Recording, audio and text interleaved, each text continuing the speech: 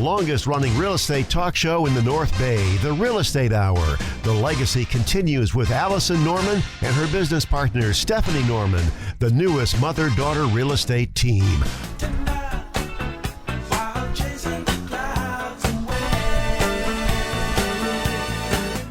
Good morning, good morning. Good morning. Happy Sunday. I bet you'll be hearing that song all day long. Oh, yes. Happy September 21st. Woo. Last day of summer. Oh, that's right. So yes. either you're really excited, and I I know right? it's as Well, fall, right on cue, right? Pretty warm falls here.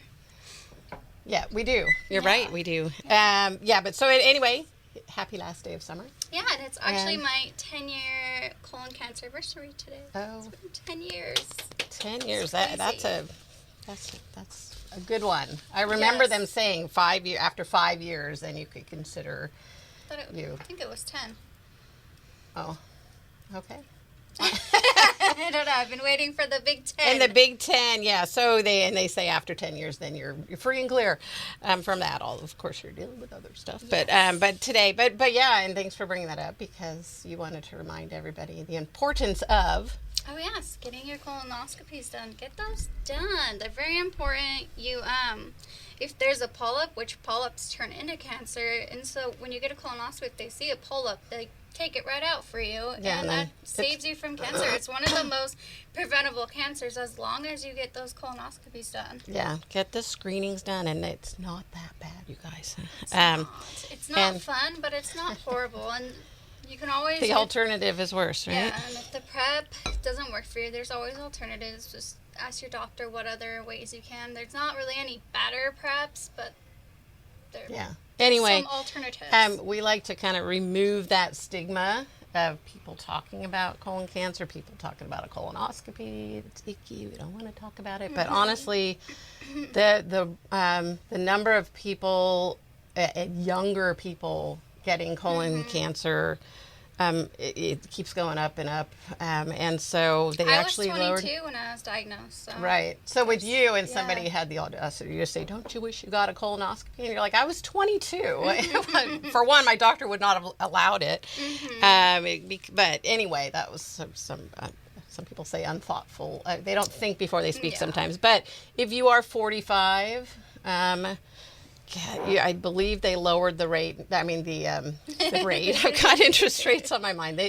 They lowered the age to where you can. They suggest you start doing colonoscopies at 45. But I think if you're having symptoms, push your doctor, like especially stomach issues, mostly as signs. And especially women. And there's been a lot of talk, in the last 10 or more years, about. Just like women really kind of being dismissed by their doctors. Oh, And yes. if you need it to. took a year and a half for me to be diagnosed. If you need to bring an advocate with you, bring your mother, bring your, bring a friend, bring, whoever, anyone. I highly suggest bringing a parent or someone that's older than you and even if they're not older than you, but where they're gonna push really hard for those doctors to take you seriously. Yeah, sometimes just having that second person there. I went with friends and it didn't help. So. Oh, okay. And then your mom came in. Yeah, so I needed you to come in, so they took me serious. Yeah. Anyway, so yes, this is a real estate show, but we're going to talk about, it's important, a really important topic. And as Stephanie also said, Mike Kelly, who hosted the show for years, and you hosted it with him, he had colon cancer as well. So it was...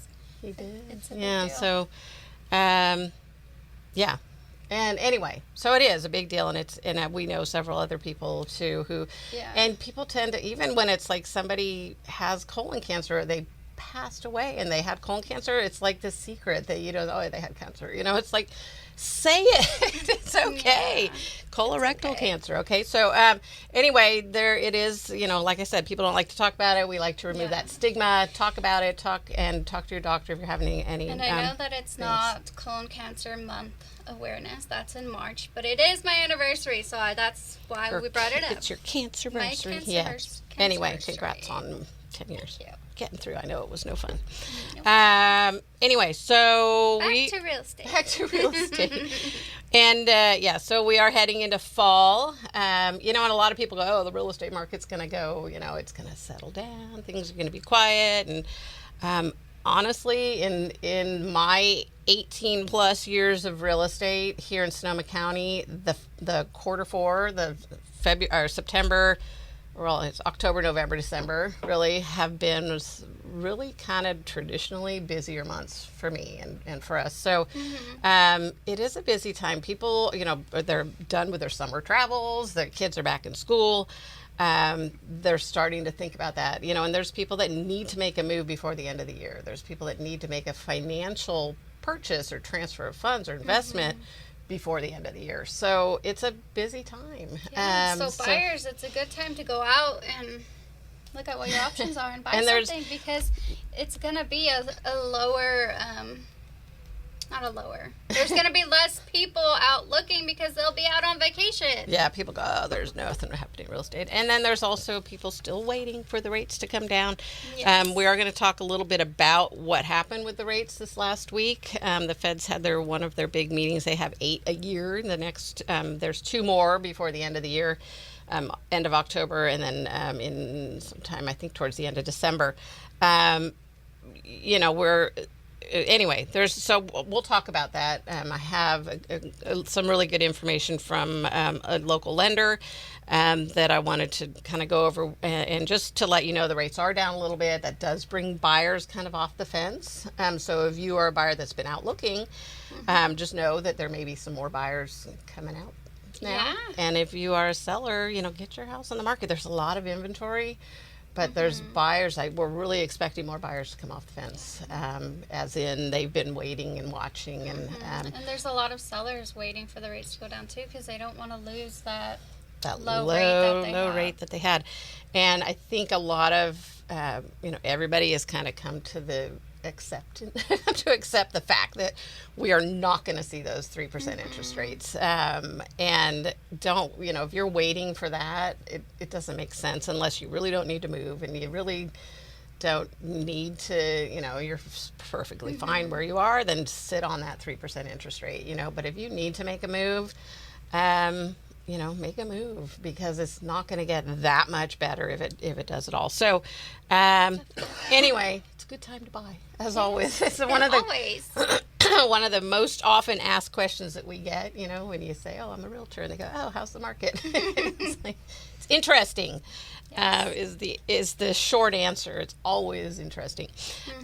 Anyway, so we're going to talk a little bit today about that, what happened with the Fed meeting that we've all been waiting for, and really kind of the difference between what you hear on the news and then what the reality is. And there's a lot of confusion on, when they say, oh, Fed's cut the interest rate. It's like, well, did they cut the mortgage rate?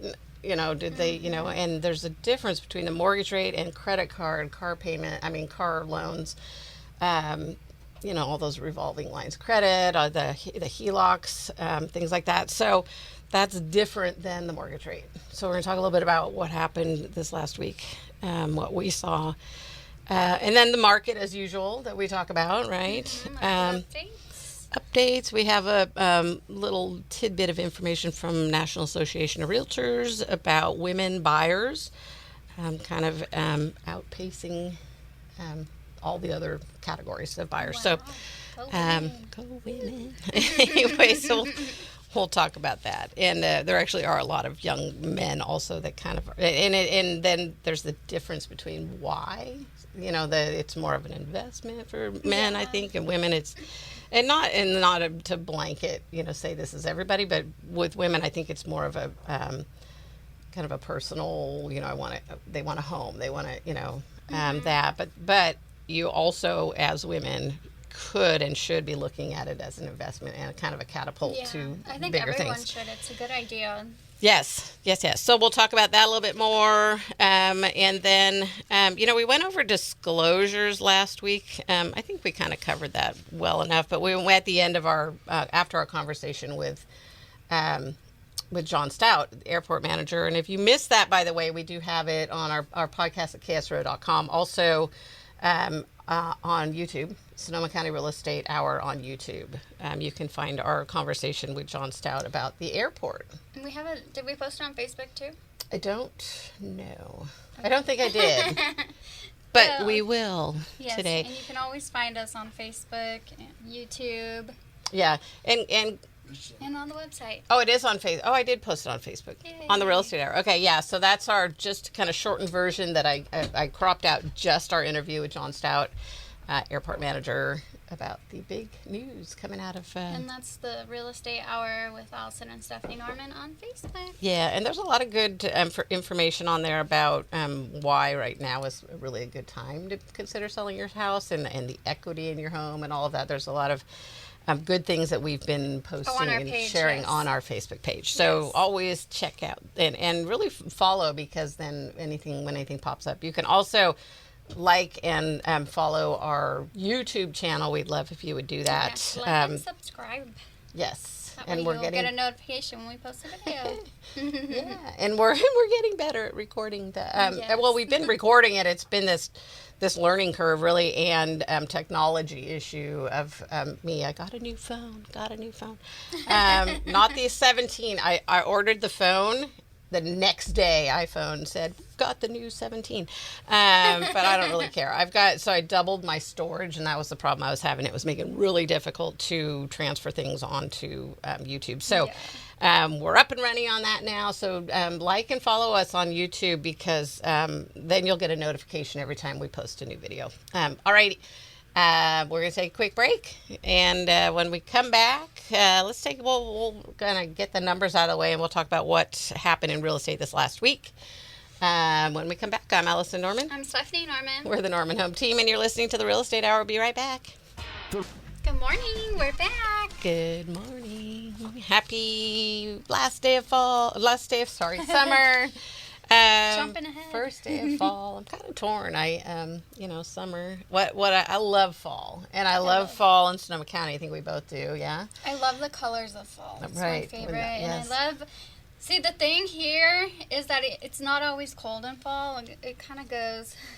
It's like this week, it's going to be in the 90s again, right? Can't put our summer clothes away yet. I don't know if we ever can. I don't think we ever really can. Yeah. You can put your winter clothes away. Yes. And keep kind of the fall clothes. It's It's like I want to get out my warm boots and. Right. Yeah. So I think you're the same as me, kind of excited about fall, and all the fall warm cozy things, but then gonna miss summer. The main thing that I like about summer is the long nights, where it's so if they would just not make it get dark so early, light longer. whoever they may be, that would be nice. Like crisp air when the fall leaves have like that iciness on them. Right, and you can kind of decorate your home. As we get closer to Christmas, I was reminded, was it last week? I think it was like 100 days until Christmas, and I'm like, no. Coming up fast. But maybe we'll talk one of our coming up shows about decorating and not over decorating. If you're putting your house on the market. If you're do whatever you want to do. That's the beauty of owning your own home. And I know with rentals, a lot of landlords are I think kind of getting more lenient and flexible about designing and adding paint and doing stuff like that to your rental. But really, as long as you're going to put it back. Yeah, right? that's what they am. But when I bought my home, I just kind of went crazy with the paint colors and you could do whatever you want, and it's within the constraints of what the county and city allows. But that to me was one of my, favorite things about owning my own home, is that I could do all those things. If you want to change your kitchen, change your kitchen. If you want to put crazy tile or paint, but just keep in mind when you sell it.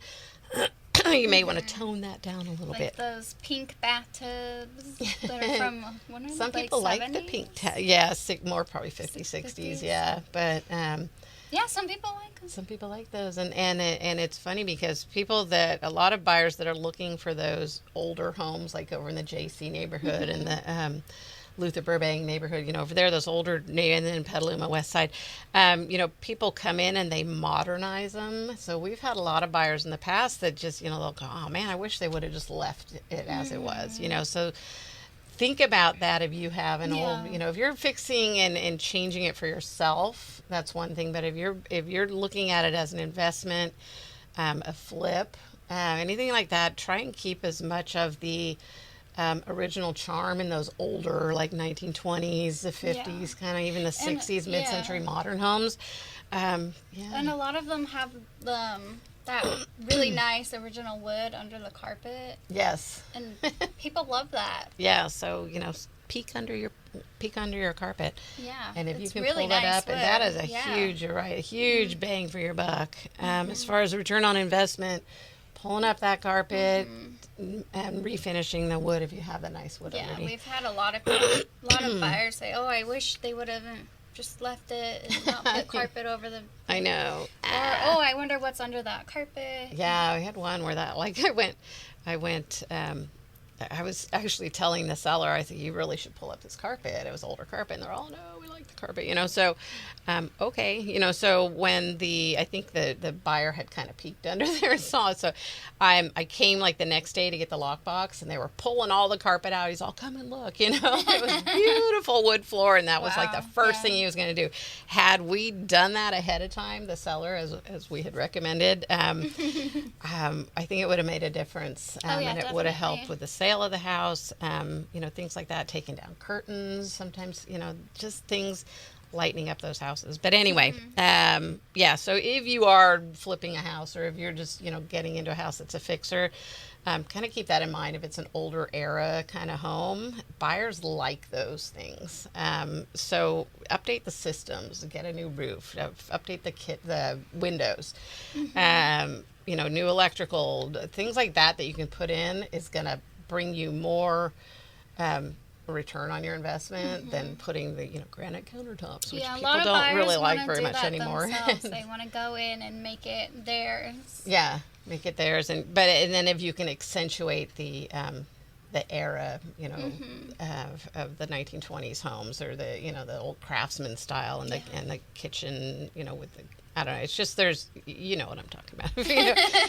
But try and keep some of that because buyers we hear, I can't tell you how many times we hear a buyer go, oh man, I wish they would have left that. I wish they would have not put new, IKEA cabinets in. I wish they, nothing against IKEA cabinets. And it's not all buyers, but it can help because they are out there and they want the house to be how it was and not changed. Yeah, right. And there's ways to make it nice and updated, but in a way that keeps the charm of that era. Yeah. So just remember that. Just keep that in mind. That was way off topic, but I don't even know how we got. I don't know how we got there, but let's talk about. I honestly don't remember how we got on that topic, but anyway, that's okay. Let's talk about the market. We're going to talk about. We're talking about buyers out there. There's a lot more buyers out, and we're kind of expecting more buyers to come out. We're going to run through the numbers real quick. Actually, do you want to do? Let's do your. Do you have it? The hot sheet? The hot sheet. Let's do the hot sheet first because we only have a few minutes until we go. So I will do the hot sheet for... What? So I was going to say the hot sheet is... Yep. So the hot sheet for Sonoma County Single Family Residential, it's a look at what the numbers from last Sunday to this Sunday. So we have for new listings, 121. Median list price at $959,000. Back on market, we have 24. Price production 114. In escrow 93. Pending 52. Closed 58. And that is with the median sold price of $767, which is pretty low compared to last week's. And that just means that lower price homes sold this week more than they did last week. Yeah, it's like we talk about that median is kind of a needle that moves up and down based on what's sold. So I know you said that and I'm all, wait, are you sure? And we checked it again and yep. And that was with 63 days on the market. So congratulations to all of you who either bought or sold a home. It was a big process, and you did it. And everyone else involved, good job. I know, and there are, like we say every time, there's a lot of moving parts. There's a lot of things that have to happen to make a transaction close, from getting the offer accepted, and then getting it, opening escrow, getting all of that. The escrow company, title company does a lot of things. And we always hope nothing, there's not going to be some kind of lien on the property. There's not going to be anything weird that the title company needs to correct.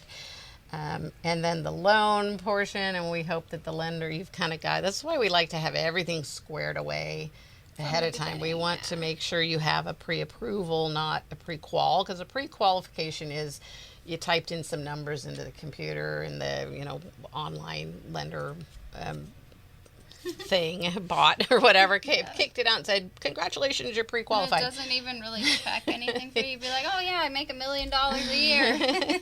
So pre-approval, they've actually gone through all of the information that you've given them, all the stuff they've asked for, or most of what they've asked for, and they put it all into, most of them put it into a machine now that, or a computer, and it's called it's a DU, direct underwriter.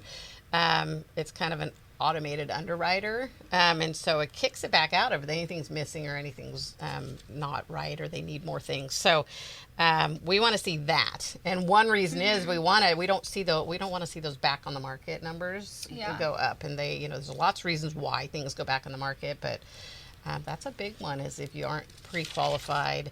If there's an issue with title, it's like why we like to pre-open. Well, yeah. So what makes that interesting is that last week back on market was only 22, and this week back on market is at 114. Wow. So that's a big. Oh, wait, no, I'm reading the price reduction. One. Sorry, that was price reduction.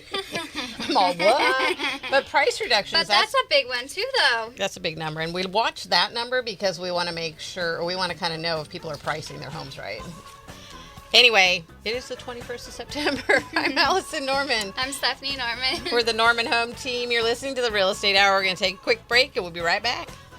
Good morning. Good morning. We're back. Good morning. And welcome back. We're going to continue talking about when we left you for the break. We took a look at what happened last week. We did a little bit in the opposite order as usual, but the market snapshot. Really can't, or the hot sheet as they call it in our multiple listing service, that kind of tells you what happened last week or between last week and this week, and we cover that every week. You can go back. Stephanie posts it every week on our Facebook page. So if you're all, what are all those numbers? Hour with Allison or Stephanie Norman. Thank you. No, thank you. So if you are all, what were all those numbers she just said? And the numbers I'm about to say, we post those on our Facebook page every week. Yeah, it might not be today, but it will be this week. Yes, usually get it up by today. I try to. But if it's not always, if but it's it not, you can, and you know what? Honestly, you can just text us and say, hey, 707-799-3617. Just send a quick text and say, hey, well, I missed those numbers. Yeah, and this is, we do Sonoma County single family residential, and if you are wondering what your neighborhood looks like, we can do that for you. Yeah. We can break it down. Your neighborhood or a specific area maybe you're looking at and you wondering what that market looks like. They're all different, so. They really are, yeah, and you're right, and thanks for bringing that up, because it is, we're looking, just like we say, don't look at the national news, don't look at the state news, as far as real estate numbers. Don't look at the Sonoma County market numbers we give you as this is what your little individual segment of the market looks like. So, we do the broad search of Sonoma County, which is definitely better information than what's happening across the state, because then you've got places like San Jose, and you have places, it's like Silicon Valley, San Francisco market, and then you also have the inland, in Fresno and Chico, and those numbers which are lower. So this isn't an average of all that. But anyway, so and then if you do like all of California, you're going to get LA numbers. Yeah, exactly. So yeah. So, and then, it's the whole different animal looking at the whole country too. Oh yeah.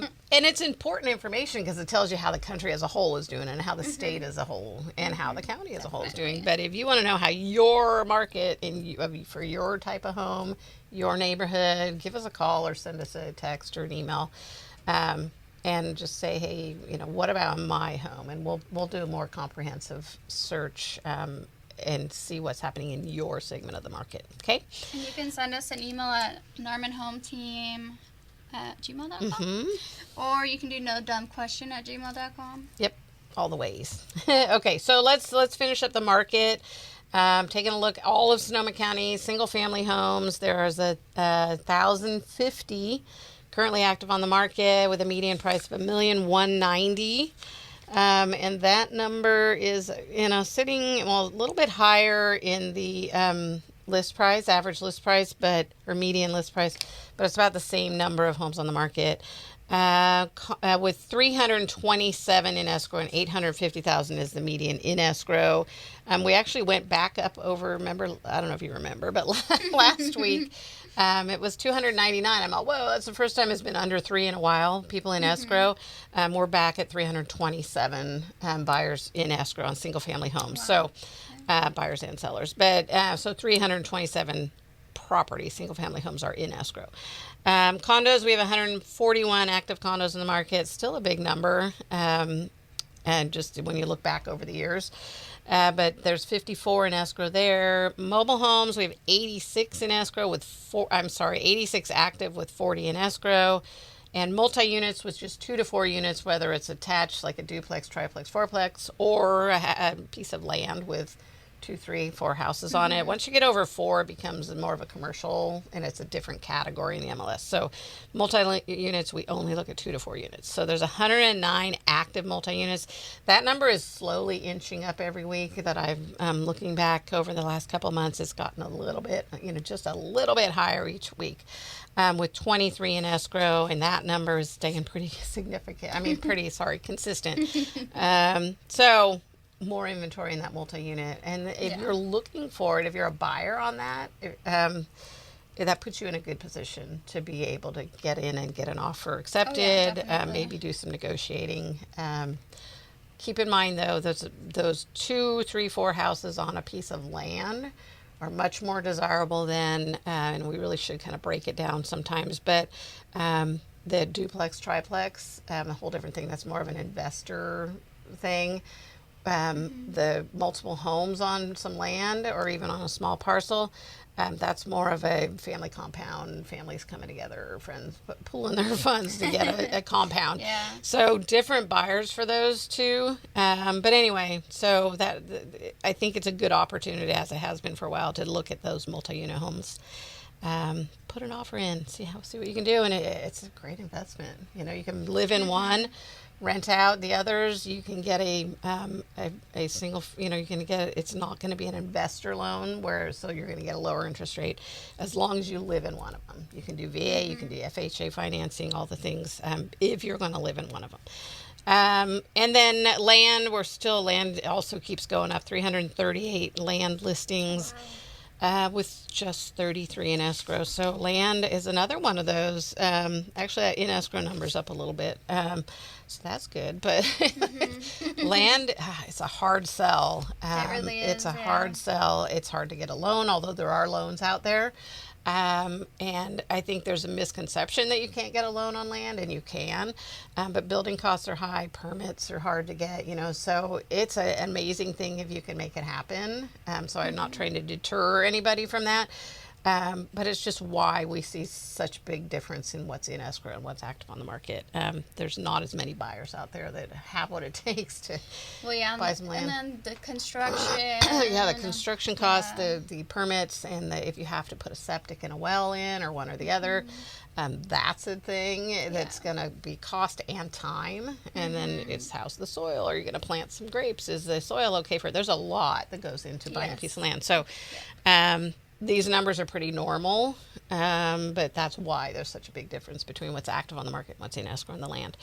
Alrighty, so that's kind of a look at what's happening in the real estate market right now in Sonoma County.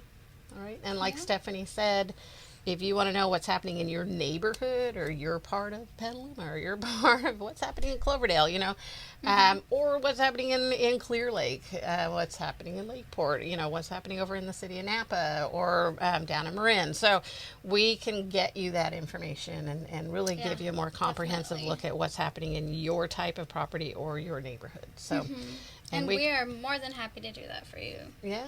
And we don't even have to, if you want a full comprehensive what's my house worth, we really need to come over to your house and kind of look and see what you've got. And we're very non-intrusive, and we also don't care if your house is a mess. You don't have to clean it up. We don't care about all the projects you're in the middle of working on. We just there to say. And we will not force you to work with us. Exactly. But we're happy to help. Yes. Anyway, so that's what's happening in the real estate market right now. Let's take a look at, where are we on time, Joe? Okay, let's take a look at the Fed. So we've been talking about, and everybody's been talking about the Fed. The Feds met this last week, and I'll be totally honest with you. I don't know as much as I wish I did about what all of this means, but I know enough to kind of try and explain it to you. If you want to really understand, get with your lender.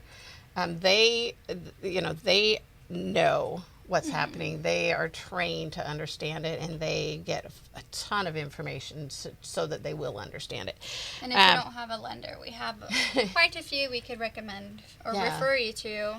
And the same as how we are with the lenders that we recommend are the ones who are like us, where they're not gonna just jump on top of you and say get a loan with us. They're not gonna call you up 100 times a week to say work with me. They're there to help you, and they're going to give you the information that you need to help you make a decision about what you should be doing financially as far as in your real estate.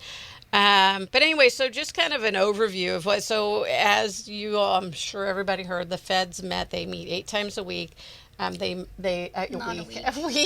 meet about 8 times a year.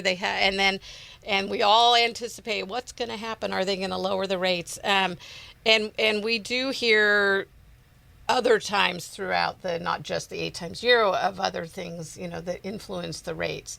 But a lot of times when we hear the rates, they drop the Fed rate.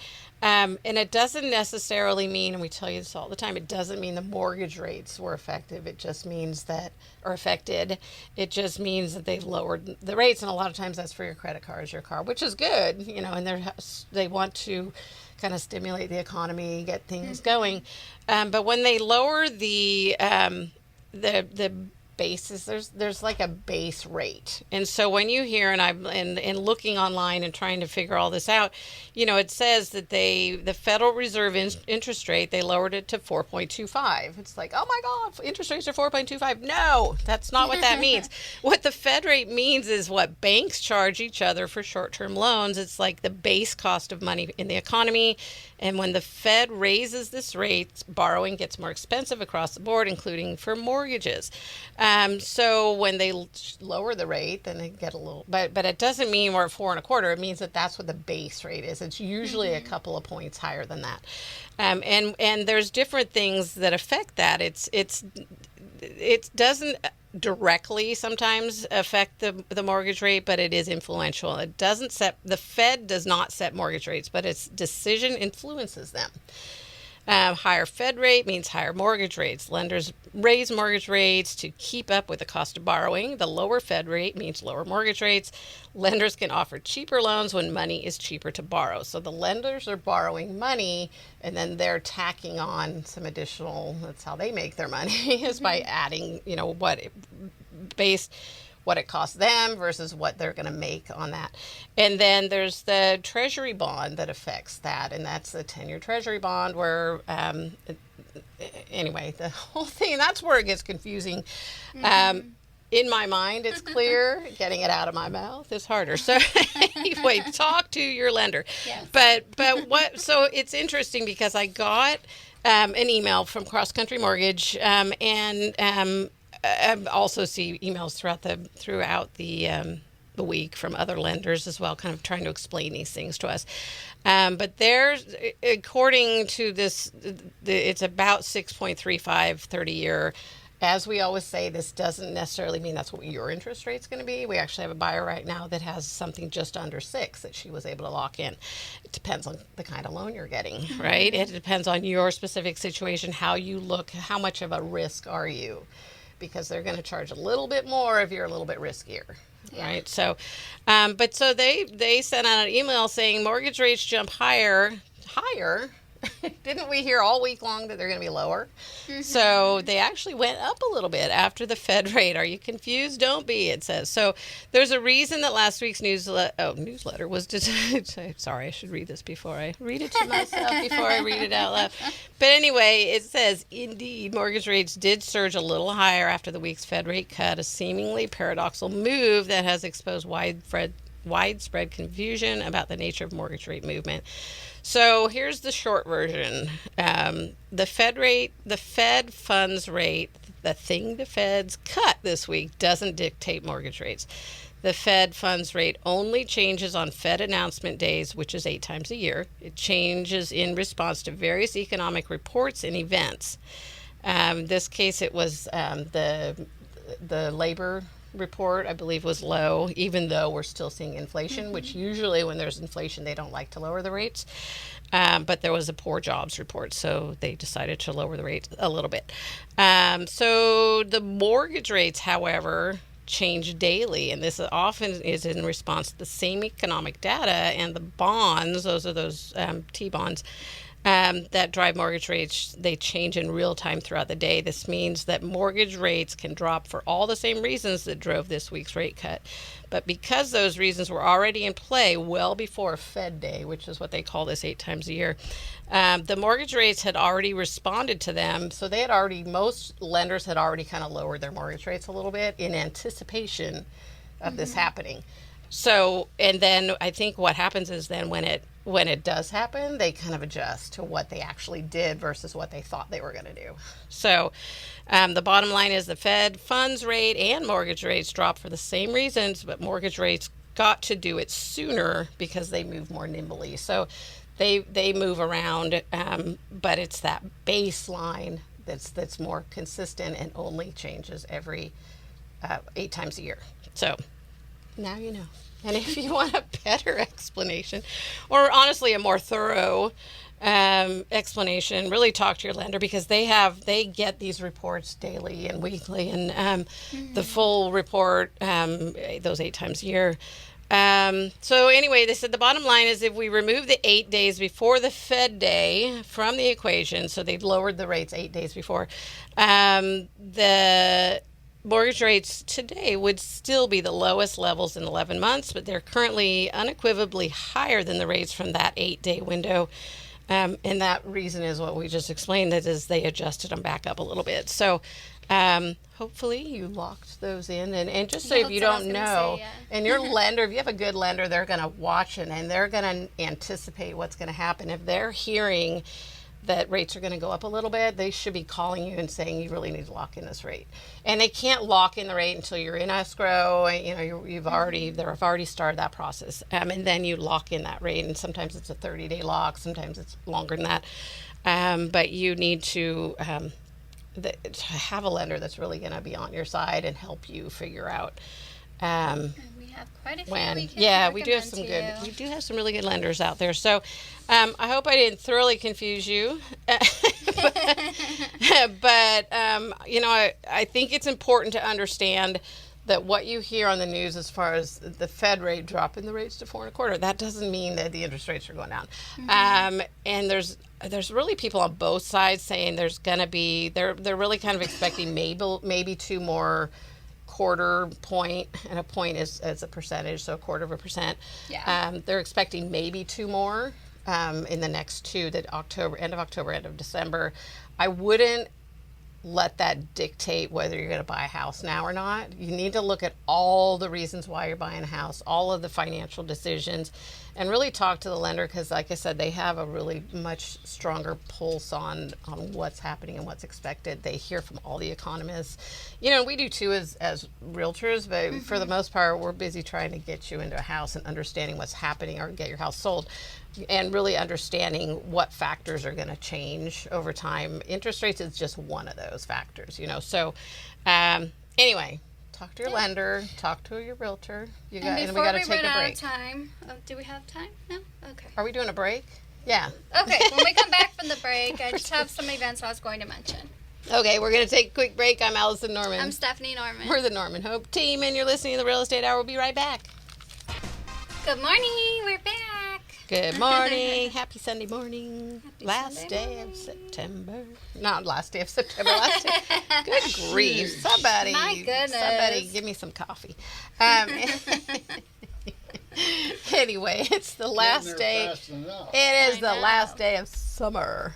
So is it when it's the last day of summer, is it the shortest day or the longest? No, that's something else. Oh, okay. No, that's the first day of summer. What do I know? And then winter is the shortest in winter. The winter solstice, yeah. Yeah, okay. That's what anyway, this We're is halfway the in between. autumnal equinox, which happens it doesn't actually always fall on the 21st, but that is when the autumn, it turns from fall to, but there's an autumnal equinox.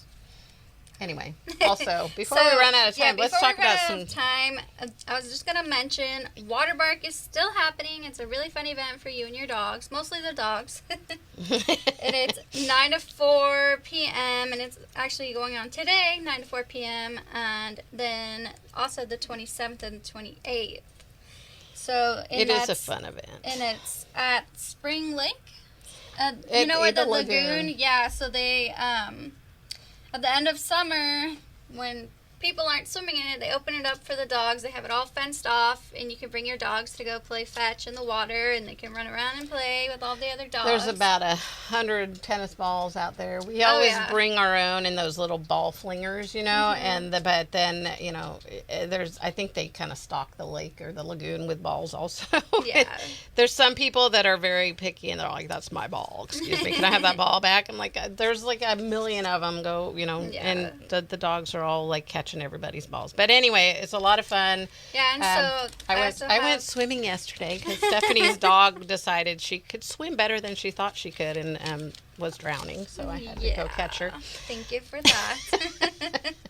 So next time we'll do a life jacket. Oh, right? yes, definitely. Anyway, sorry. So we have, for the tickets, you can get them online or at the gate. It's $10 if you're a park member, I believe, and then $15 if you are not. Yeah, I think it's the regional park pass. And then there's also, how much was parking? Like $5? I think it's $7, and you dang. can park on the out. I know you can park on. That's why if you have that regional pass, you get free parking everywhere. I think it's like $75 maybe, but it's a regional park pass for Sonoma County. And then also, so if you're looking for other events, if you don't have a dog to bring to the water park, you can check out. I didn't have time to look at what the events are this week, but Happening Sonoma County is a really good resource to find out what all events are happening. That's where I find all of them. Also, if you just Google what's happening in Sonoma County this week or on this weekend, you will find all the things that are happening. Yeah. Also, Happening Sonoma County is on Facebook as well, so they post events there too. Yeah, it's a really good. They have. It's good, and I always seem to, until we kind of found and started looking up, and I think Facebook has helped a lot. But you hear about events the next day, in the newspaper, or the day. In fact, we missed there was a good event at the Pacific Air Museum yesterday that I just completely flew across or out of our radar. So, was there a lot of people there, Joe? Did you go? I did.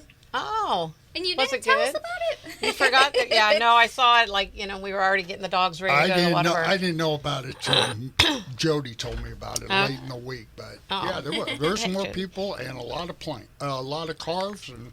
Yeah, we saw there was a car lot show too, we saw a bunch of cars driving back. So keep an eye on those event, and that happening in Sonoma County is a good one. Yeah, and just Googling too, like what's happening this week in Sonoma County, or you look up what's happening in Windsor, what's happening in Santa Rosa. There's all kinds of ways to find out what's happening. Yeah, it's a good to know, because like I was saying, a lot of times I find out after, Yeah.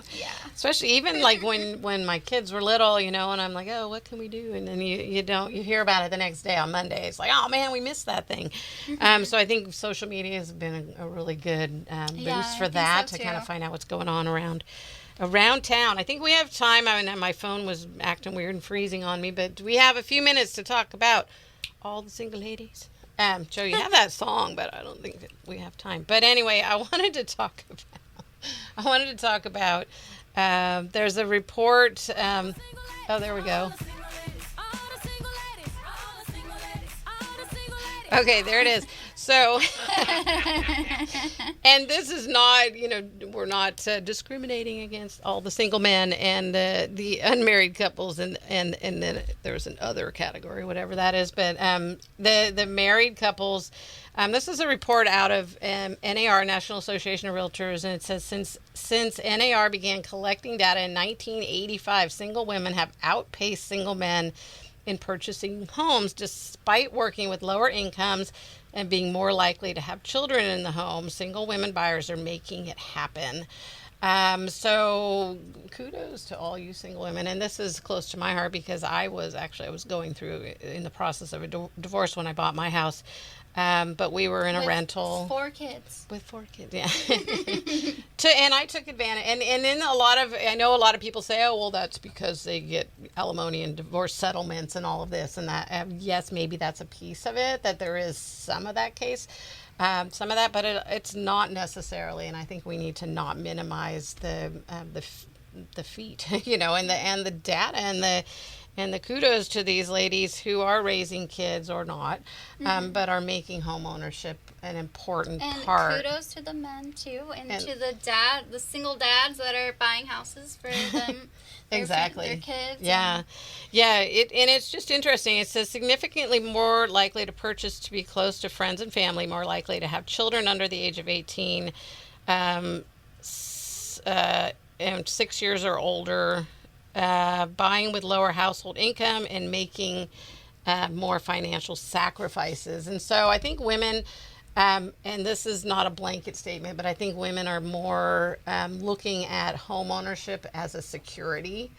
But I think they're also, I'm talking a lot of women I talk to are looking at it as that financial, really kind of a boost. And we like to educate people on that, the importance of buying a home as a stepping stone to wealth, personal wealth, Great investment. Yeah. And so anybody that's out there thinking of buying a house and thinking you can't do it, or there's no way I can do it, please talk to us, because we're going to help you find a way. Yes. Because we're both really passionate about it. So anyway, we're out of time. We're the pregame show for the Raiders, so we got to cut you off quickly. I'm Allison Norman. I'm Stephanie Norman. You can find us on Facebook, The Real Estate Hour with Allison and Stephanie Norman, YouTube. Gotta go. Bye-bye. Listening to The Real Estate Hour with Allison and Stephanie Norman. The Norman Home Team on KSRO. Sonoma County real estate market knowledge from real estate professionals. Born and raised in the North Bay. Sunday mornings at 9 on KSRO and KSRO.com.